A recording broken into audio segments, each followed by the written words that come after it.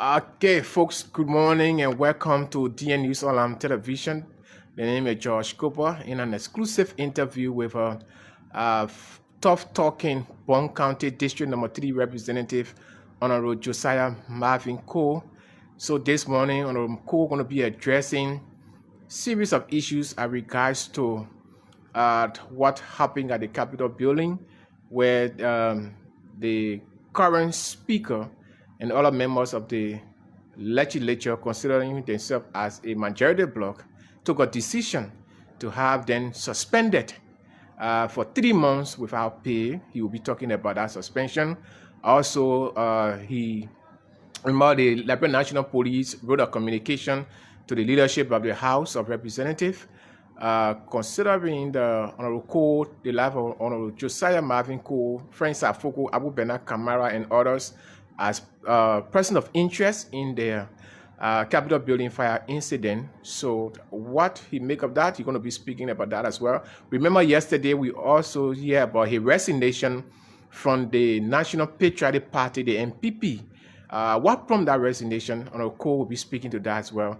So the name is George Cooper. This is DN News Online Television. Share the live, make your comments, keep following us as we carry on this successful interview with Bong County Electoral District Number 3, tough talking Representative Marvin Cole. Honorable Cole, good morning and welcome to our platform. Thank you, Mr. Cooper, and I want to say thank you to the DN TV Online, and I just want to say thank you to our listener audience and the people of District Number 3, Bong County, and the citizens of Bong County and Liberia at large. It is an opportunity for me to be on your radio or your TV station this morning to just put out some of the concerns and some of the information we have as our nation is at a critical juncture in this political wrangling. So how you been doing, I mean, health-wise? Well, I'm okay. As you can see, the most important thing that anyone can pray for is to have good health and to be the way you are. And I just exclusively want to tell the Almighty God, thank you for affording me the opportunity, even though we have our flaws, we have all of the shortcomings, but God's remained faithful, and He's God Almighty, so He always faithful to us, even despite of our shortcomings. So I just want to be grateful, and health-wise, I'm very, very strong. Okay, health-wise is very, very strong. So let's start with 112 person watching now. So the decision by the majority bloc to have suspend you and your colleagues 3 months without pay and even deny you access from the State of the Nation address on Monday. I mean, how does this meet you guys? Well, the decision by the colleagues of ours to have suspended us for the time that they have spoken about, that without pay, without benefits. Well, I mean, that is the tyranny of the majority, even though what they've done is unconstitutional, it's illegal, it is against the rules and regulations of the House of Representatives. And we believe that all of these things are happening because the executive branch of government is siding with our colleagues. It's so unfortunate because if you said we have been suspended for 30 working days, 30 working days can now only be Monday, Tuesday and Thursdays as the accountant. So you're almost practically saying 4 months. So we do not only work for Tuesday and Thursday, we work from Monday to Friday. They know that it is in our rules. So if we say 30 working days, it means it should be just 1 month. But to go to that extent, it tells you where our nation going. It tells you the kind of anger, the kind of vendettas that people have against each other. And it's so unfortunate that we are in the same chambers, we sit in the same place, and people doing what they're doing because they are wrongfully using the influence and the power that they have. They're where we are. When you attack democracy, when you attack the Constitution of the Republic of Liberia, I mean, it's just dangerous for the future of our country. And I'm hoping that all of us, the 73 of us, will reconsider some of the decisions that we've made that got us where we are, including the executive and even the judiciary branch of government. We all need to be careful. We all need to help the Liberian people. We're all elected to deliver, and we should be concentrating on the deliverables that we promise the Liberian people, not our internal wrangling. But these are all diversionary tactics to keep the conflict at the legislature, to take the Liberian people's eyes from the commitments that we made at different levels, from the presidency up to representatives and senators. The commitment that we made, we should be able to live up to those commitments. Do you think you guys were wrongfully suspended? That's what I said. It was unconstitutional because, to suspend anyone is clear in our rules. We must have 49 representatives, and that person should be accorded due process under our laws. And you should acquaint the persons with the crimes that you intend to suspend him or her of. And that person should be heard, because you cannot accuse me and then you render judgment. But that's what I said. It just speaks volume that the lawlessness that we have in our country. But you being a lawmaker and a law-abiding person who understands the law, if you believe that your suspension was being wrongfully done, why accept the suspension? No, I did not. It is a decision that you have no will. That's why we went to court. We went to the Supreme Court, and we said that the way the guys conducted themselves were wrong. And Supreme Court spoke about it, that any decision that does not meet the requirements of Article 33 of the Constitution and Article 49 is ultra-virus. And just in that instant case, the Minister of Justice, Oscar Toy, came out and said he's going to interpret the opinion of the Supreme Court. It just tells you the dramatic nature of what our country is going through. The first of this kind, that we have a de facto Supreme Court inherent in a single person. The Minister of Justice said, no, let me tell you what the Supreme Court meant. The Supreme Court meant that the majority is right, and what they did is legal, and I have advised the President to even send the budget there. These are people in the government, in the governance system, that are trying to dump this country, and all of us got to be careful what they say to her and what they do. You cannot injure the country because of politics. Our political diversity should not lead to the place where we undermine the rule of law, and then we are talking about MCC compact. Liberia is completely lawless. Liberia is not observing the rule of law. Liberia is not observing the rights, the democratic rights of other people. And political censorship is now on the high peak at our every level in our country. Somebody speak his or her mind, they dismiss the president. So nobody should talk. We are gradually driving to dictatorship and authoritarian form of government. That's what we are doing now. So what would be your next step now as a suspended lawmaker? Our recourse under the law. Well, that's why we are now back at the court, and then we are at the lower court where evidence will be taken, and we are still there. And I believe that this matters can be resolved once all of us come together, and we advise the executive to stay clear of the legislative politics, because that's the ground of politics. Yes, the law and the legality must supersede the politics of our country. So I believe the only place of recourse on our jurisprudence is to go to the court, and that's where we are right now. Have you been able to speak to some of your colleagues from the majority black? Yeah, I've had conversations with a lot of them. We've been talking about some colleagues are very, very adamant that they will continue to do what they are doing.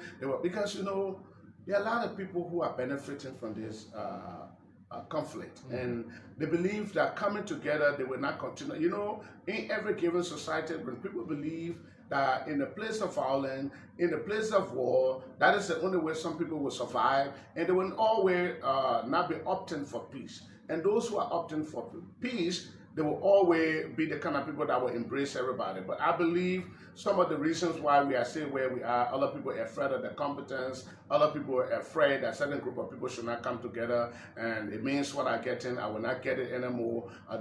Look, let me tell you, the fight at the Capitol, it is now what you heard in the public. It's all about greed. It's about personal benefits. That's what people are fighting for. Mm-hmm. Now, they said that they want to audit Fanatic Kofa. They should be talking about the auditing of Fanatic Kofa, not to try to link he and his life to arson attack, as the president of the Republic of Liberia said. And the police is trying to justify what the president of the Republic of Liberia has said. He was very preemptive about the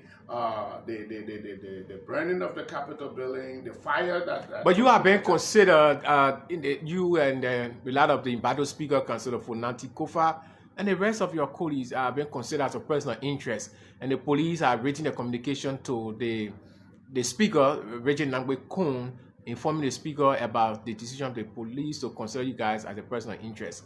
Are you going to submit yourself to that investigation? I am a law-abiding citizen and a lawmaker. If you are a lawmaker, you should not be a lawbreaker. So once the communication, I will never address personally or officially as a person of interest. I mean, something that we have heard in the corridor of the news, and then the legislature. In fact, our colleagues did not formally communicate to us that, no, you have been requested.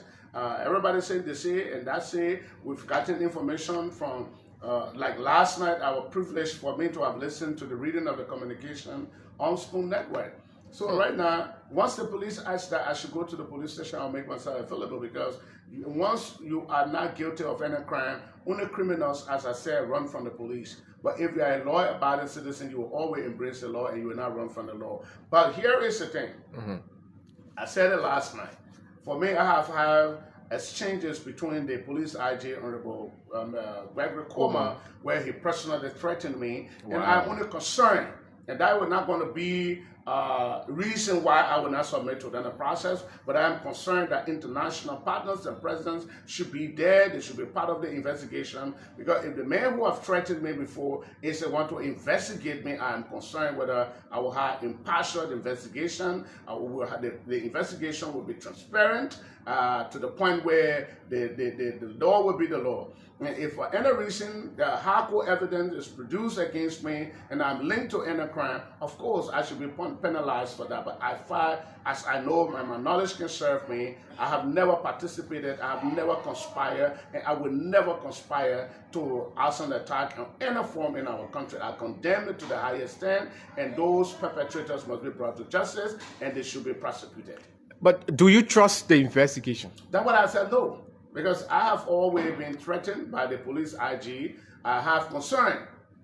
But I know every member of the investigative team will not share the beliefs and the minds of the police IG. So we're not going to rule out completely that there will not be justice, there will not be transparent say at the level of the investigation. But I am concerned that the investigation should be inclusive of our international partners, so that every one of us that are accused should be having impartial investigation and transparent investigation. That's what we should be having. So the communication yesterday from the office of the police to that the speaker, does that mean that the dealership of the house is going to provide counselor for you guys, or you people going to have your own personal lawyers? I'm concerned about that. If they said I'm suspended and we have concern, we are at conflict. We stay, in conflict. We do not recognize Richie Kuhn, because I did not have an opportunity to participate in the election of Richie Kuhn as Speaker of the House of Representatives. So to go and legitimize that by my presence, that is just, it tells you that the executive have taken side with Richard Kuhn, our colleague, calling him Speaker, addressing him Speaker. The matter is in the court, and the matter have not been fully adjudicated from the court, and then the police is referring to him as Speaker. So I do not recognize him. Yes. Why will you not recognize the man as a speaker, but yet you are serving suspension from the same person you don't recognize? No, I told you it is something that has been challenged in the court of law. If I did accept the suspension and believe that it was right, according due process, yes, I will accept it without going to court. But we are in court, and one of the counts in our plea to the court is the illegal suspension of members. So, Richard Kuhn and his like have done that. And I'm encouraging the Deputy Speaker, Thomas Fala, to show that as Doyen and as Dean of the House of Representatives, we should be able to come together and continue to work together in the interest of the Liberian people. So I maintain that, and I will not reverse from that. I do not recognize Richard Kuhn until we sit around the table and the right and the needful things are done. And if that is what our colleagues, it's about the majority. You got number. Let's go through the process. But your refusal and saying that you will deny us, let me tell you what is happening. With this, the legislative projects that every district is entitled to, it is not the benefit of the lawmaker. Now, Honorable Fala is on record in our official chat room. he posted there telling people the 7 suspended lawmakers should not have access or opportunity to their projects, and their constituents should not have access. Now, if you can still be combative after 2 months, you illegally withheld the benefits of the colleagues, and at this point in time, you are not talking about peace, you stay in a combative move, then where are we going? What is the leadership? It's a problem for our country. And that is the catch-22 that we have for the SONA, because if we continue in this kind of combative move, then it means that the combative move that you are in is going to injure the SONA, because more than 20 or 25 of us are not going to attend the SONA because you say we are suspended and this is that and that is this. So, I mean, it's unfortunate. So, Honorable Cole, if you were given the opportunity by the leadership of the House to sit on the table and discuss, what are some of these things you wanted them to discuss on the table? Number one, the removal of J. Fernandez Kofa, I believe, was unconstitutional, was illegal, and I say uphold that. And once you provide him the opportunity, of course, there could be ways and means that will be discussed for Fernandez Kofa to step aside, and then we'll have an opportunity. The 2 ways we do elections, either by consensus building, and the resolution is signed to legitimize Richard Kuhn as Speaker of the House of Representatives, that every 73 of us will participate in that process. But to deny over 30 members or 40 members are not participating in the election of Richard Kuhn and imposing on us as Speaker, I think there where we have our issue. Now, the second thing here, the dissolution of committees, the restructuring of committees, to remove me from the committee, even a member, our rules are clear that once you are appointed on the committee as a member, you are there to serve for 3 years. But they disregarded, disrespected all of those procedures. You cannot be talking about chastising your colleagues for violation of rules, and then you are in a blatant violation of the very rules. So, I mean, you can't have a cake and want to eat it, or you can't want to eat your cake and have it. It's a difficult process. The decision of the leadership to ask the suspended lawmaker to stay away from the State of the Nation address, I mean, what you're saying on that? No, they were just being preemptive. They know very well. They knew that we were not going to attend because we issued statement before they came up with that. Because, I mean, there's no reason why I could go and sit on a Richard Kuhn in the joint section to legitimize the speakership. I can't do that. And I was never going to attend, even if I were not suspended, I was never going to attend the State of the Nation once we cannot sit around the table and have this matter resolved. That is, they are trying to make it mandatory that you must accept Richard Kuhn. If you don't, listen to what Richard Kuhn said, to tell you that even he himself is not opting for peace, and this is dangerous for Liberia and even the executive. That's what we are calling the attention of our international communities.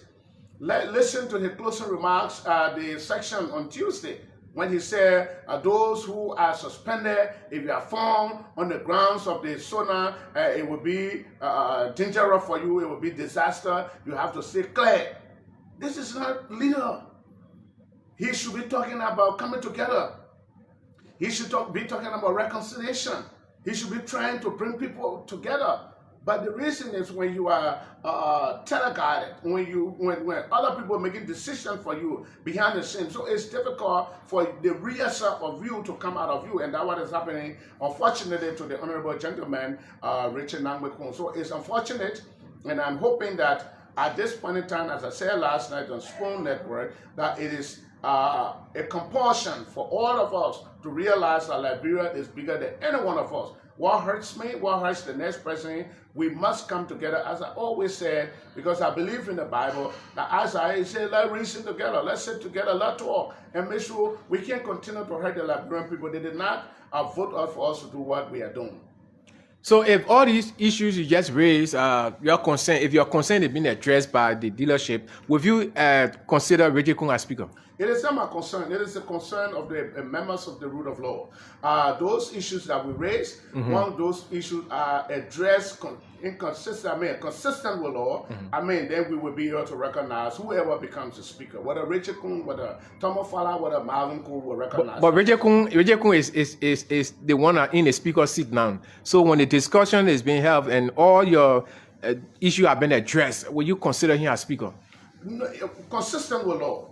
Consistent with our procedure, I will recognize him. But anything short of been consistent with our laws and our rules and regulations of the House of Representatives, then we'll still be at a ground zero. So we're not going to do the that. entire speaker saga, we've been hearing about the executive. The rule of law court been accusing the executive of being the one mastermind the entire removal of the speaker. Do you really believe that the president is behind this? No, he's the mastermind behind the entire removal of the speaker. So there is no reason why we should not be saying that. You know, from the premise of this whole removal, I did not believe that President Bouaka, who is 42 years experienced and 80-some more years old man, who should be a reconciler, was going to be, so vindictive. So he was going to be so disorganized. The president has not done well in the 1 year time. I believe that he needs repentance, political repentance, and realize that, look, whatever I was said, President Bouaka is exiting the political stage of our country. He needs to realize his children will be here, his grandchildren will be here. So the legacy that you put aside, it will either impact your family positively or negatively. So you need to understand that. So we are hoping he will reconsider that and ensure that the Liberians people hopes and aspirations, those things that led them in the streets to vote for him. So President Bouaka knows very well that the country is divided and he should be the one to bring the country together, because that's what they say. The old man sitting by the fire hide in the little village, the fire hide that the people do it in the little village. What he sees, even if a young man climbs on top of the mountain, will not see it. That is a word of wisdom, meaning that the ability to reconcile, the ability to bring people together, the young people will not be able to do it. So I'm hoping that the president will be able to consider that and know that above all else, it's the people and the Liberian people matter most. Okay, so he's Honorable Josiah Marvin Cole. He's live on DN News Online Television. He's addressing series of concern in regards to the Capitol building. Okay, let's talk about your resignation letter. Yesterday, we saw a communication from you on social media that indeed you have resigned from the NPP. But the chairman of the NPP, Honorable George Sylvester Molba, said he has not received any communication from you in regards to your resignation, including the secretary of the NPP. There's no communication on their desk. So how did he resign? I resigned, and that communication I've been sent to them, and I know that they will receive it. The standard bearer of the party that was written officially, and I know her home, I know her office, and that communication has been sent there. I needed not to send to secretarial, but the political leader of the party is the standard bearer, the former vice president. And I can say to you for a fact, for MPP that are so cherished and dear to my heart, that I've been in since 1997 as a young man coming up. We have always participated in the political processes of our country through the National Patriotic Party. So for us to be suspended, for me to be injured, and then my party chose a different path to recognize the very people who suspended or illegally and undemocratically, unconstitutionally, to recognize and intend to do business with them against my president. I thought I did not have the political protection against under the leadership of Honorable George Sylvester Molba. It's on his Facebook page. He posted January 14 that he went to meet with Honorable Thomas Falla, and then he received a communication from the Speaker of the Honorable House of Representatives, Richard Nangwekun, to attend the ceremony. And it was so unfortunate for him to have released a statement that contradicted that post. But I know that that is the attitude of our big brother, and I'm just hoping that he will refrain from that, because whatever we do will leave after us. And it was predicated upon that I decided to step aside from the National Patriotic Party to consider a different political home if they need be in the distant future to come. We're going to do that. But there's something very critical I wanted to address. I don't want to escape my mind. It is the current impasse at the legislature. The matter is before the court, the lower court. The matter will go before the Supreme Court. I believe whatever ruling today is the hearing. Whatever ruling comes from the lower court, and I know appeal will be taken by us to the Supreme Court to go there and listen. So I said last night, if the Honorable Supreme Court and the Chief Justice and members of the Supreme Court, Associate Justices, we go to the Sona, it will be my bus stop. I will recognize Richard Kuhn, and I will recognize the current leadership, and I will work with them. Once the so-called suspension is over, I will go to work to represent my people, because the only place under our laws for recourse of any decision is to the Honorable Supreme Court. If the Supreme Court agree with the interpretation of the Minister of Justice, I will most time go to the Minister of Justice for redress than the Supreme Court, because then it means that the Ministry of Justice is now the de facto Supreme Court. So I will be able to listen to them. Once the members of the Supreme Court can go to the Sona, sit under the gabble of Richard Kuhn that they said everything they did, the removal of Speaker Kofa, the election of new speaker, the dissolution of committee, when they legitimize that by their presence under his gavel, then I will call it a day. Okay, so let's just end with your district, some of your achievements in the 55th legislature, and that your challenges as well. Well, our challenges, you know that this is government, it's not a friendly government, we are opposition. Yeah. And I'm hoping that our constituents, the people of Bong County, the people of District Number 3 will understand. For the past 6 years, I have a record, unbeatable record in our county, that we have done unprecedented things that no lawmaker in the history of Bong has ever achieved that. Ranging from scholarship, a macro loan project, economic empowerment, infrastructure development. Nobody has been able to achieve that. In fact, it is because of my actions that the current government is benefiting. When we perceive that there was corruption, we immediately moved to the House of Representatives and placed moratorium on the accounts of Bong County, and that money is the money now that is being used. You know, the superintendent compound is so lovable that a building that less than 100,000 in its value, now they use over 300,000 to renovate that building. So I'm wondering whether they could not have just taken that 300,000 and build a new complex for the Bong County people, rather to use that building as an opportunity to siphon money through it and steal it. Now go to the sports stadium. It is the same thing that they did there, and so many other projects. So it's so bad for our county, and those are the things that we achieve. We were able to help students to go to school. Market women, we provided them, we trained them, and we empowered them. Today, some of them are self-sufficient in the things that they are doing. So we have road connectivities in our district. Bridges were constructed, and we're able to help our people. That's why the Bong County people overwhelmingly voted me to have a commanding lead in the legislative processes of our country. If I am not the first in terms of number, I will be the second, or I have now investigated all of our colleagues who contested, but I know I'm in the rank of the rank of first or second in terms of numbering. It's because of what we did for our people. Okay, finally, I left something behind. I just want to address it because this issue have been raising a lot of concern. The issue about the supplementary payroll. People are accusing Roko of being the one that piling names on that payroll. So I want to use this opportunity to really hear from you as regards to the supplementary payroll from the Capitol building. I want to dismiss the lie, the malicious political economic lies that were being fueled in the public by Josiah Joker from the CSA. That is the intent to get public sentiment. When you sentimentalize professionalism, then it becomes a problem. Now you came up with a faulted, misguided, misinformed report that the government of Liberia loses $1.5 million every time they make payment. If Josiah Joker can prove that, there is no need for somebody like me to be a representative. I challenge that bogus and misguided, malicious, and politically motivated report to try to taint our reputation. I only signed supplementary payroll once. That was in July.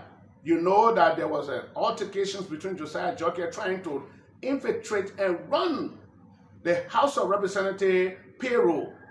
And we have a serious issue that led to the death of the president. And again, the president told he was going to have that matter resolved. He did not have it resolved. Josiah Joker was placing people on the payroll unauthorizedly. Josiah Joker was dictating to the House of Representatives who should get on our payroll, who should not get on our payroll. People we dismissed before. He brought every one of them, he put them back on our payroll, and then he talking about supplementary payroll. Let him give you the details.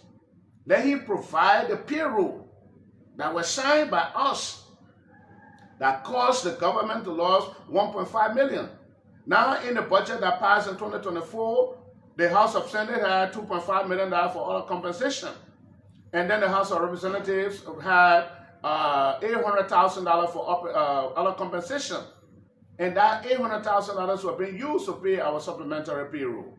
So how you come out and say, and the total bill of that supplementary payroll from July, August, September, October, and November, because December was never controlled by us, it was controlled by Josiah Joker and the majority of black that he's working along with.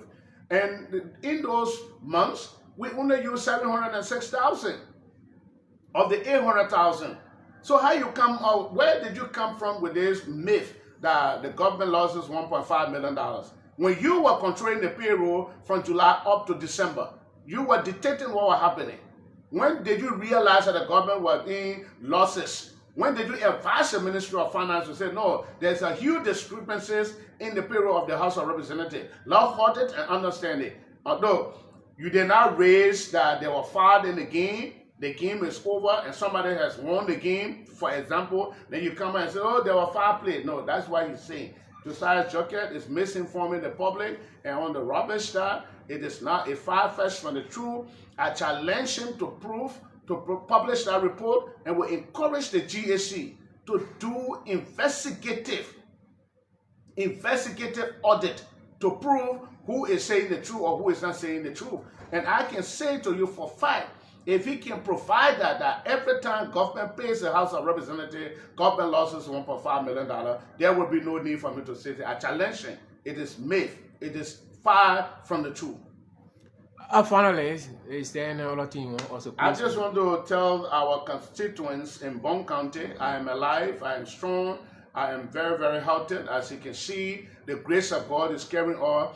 And I believe just in the simple saying that tough times never last, but tough people can do. And most beside, when God is on your side, no man can be against you. No matter how tough it is, no matter how rocky the road may be, no matter how dark the path may be, I know that at the dawn of day, the victory will be shown. I want to say God bless the people of District Number 3 who have afforded me the opportunity to be heard. And I can tell them, I will never fall short of their expectation towards me as a decent man, as a man that will never get involved in criminality, as people try to incriminate me in the outside attached, so to say, according to that report, in the fire incident at the House of Representatives. Let them be kind, and we will submit to every inch of the process that will lead to this investigation. I'm available. In fact, I will make sure that every time I go into the police station, it will be very, very publicized that I'm at the police station,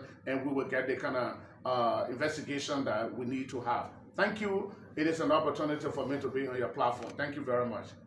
Okay, thanks so much. He's Honorable Josiah Marvin Court. He's a District Number 3 representative addressing issues of national concern here. My boss is asking me to ask you to speak about the issue that have to do with double dipping. I don't know why they talk about double dipping.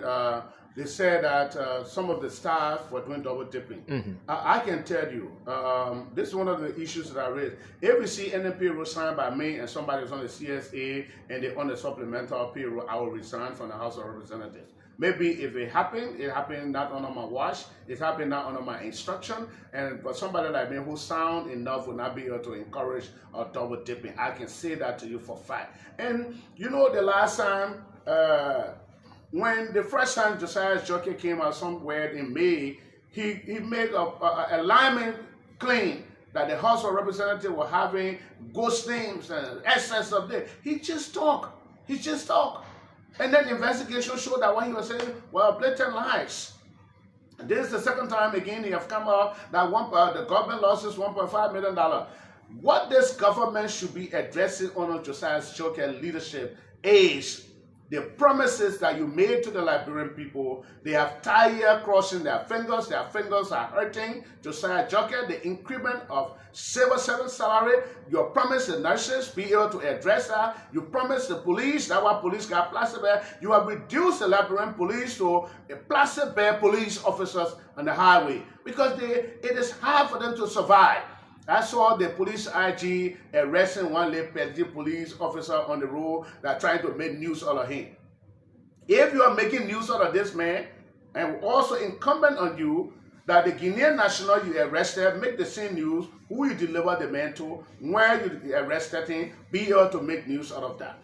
So to tell you that all double dipping, Honorable Cole, at the House of Representatives, when you were there, people are doing double dipping. Now that already is something. He who accuses, the burden of proof is on them to prove that I, Honorable Marvin, co-signed a document that somebody was doing double dipping. But I think the centrality of this conversation or the focus of this government should be, we promise the nurses, we promise the police, we promise the military, we promise the civil servant, we promise the teachers. Look in the Swahili, all of the schools are closing.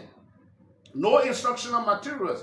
You know the reason why this fight will continue at the House of Representatives, and I'm going to encourage some of our colleagues not to get involved and leave the government to prove what they have taken. Let them live up to what they asked the Liberian people for. They believe when they continue fight at the Capitol building, ongoing, it will be the one the Liberian people eyes should be on, and their failed agenda, the lies that they have told the Liberian people, this is the way they are looking for means to cover it up. You just passed $880 million budget, and you cannot even pay civil servant. The Minister of Gafwan said on the 15th of every month we'll begin to pay. Now we have gone almost the 24th. Now civil servant are not taking pay. You ask Josiah Joker, he said, oh, you keep your finger crossed. My man, the Liberian people tire crossing their finger. You say you're able to do this thing, you'll do it. The most experienced people, the technocrats, are now the messicrats. So I'm hoping you will change and you will do the needful for the Liberian people. As a CDC lawmaker, what do you make of the statement from the CDC that they will resist any attempt by the government to arrest any of their lawmakers? No, but I think the CDC were quite right. Unauthorizedly, if you begin to arrest lawmaker and not following the channel or the procedure to invite them for questioning, I think that was the basis. But they are not saying that they will resist the law. No, citizens are as the party, but the Coalition for Democratic Change that I am members of, I think what they meant in that press statement was the way they went to Focal House. The barricaded the place with huge presence of police. It was traumatic. It was not good. So that's what the CDC were referring to. But if no lawmaker is above the law, we are law-abiding people. When you are implicated, or if you are perceived to be person of interest, meaning that you are suspected to be part of a crime that was committed, you can be invited by the police and you must submit to that process. I would never advise anybody in the CDC not to submit to the process. Equitability is clear. He who preaches his account will cleanse. If we are asking the government for accountability, even though we know that they are lawless, that's why the CDC is saying they went to Kinjor, shot people, then killed them. There are so many killings have been done by this government through the police. So they are also afraid. Kalasco were arrested and detained for days. No charges. Nothing was said about that. Other people were arrested. Focus were dragged to the police station for hours and no charges and they're releasing. Is that how you want to run the country? To damage the reputation and the presence of lawmakers? I think the CDC needs to stand up, and I'll call on them that every time we are invited, they must stand up. And not to stand up against the law. They must stand up for the rule of law. They must stand up for transparent, impartial investigation. That's what I will encourage them to do. Okay, so let me not take all of your time. Thank you He's very Honorable much. Josiah Marvin. He's a representative district number 3, Bong County.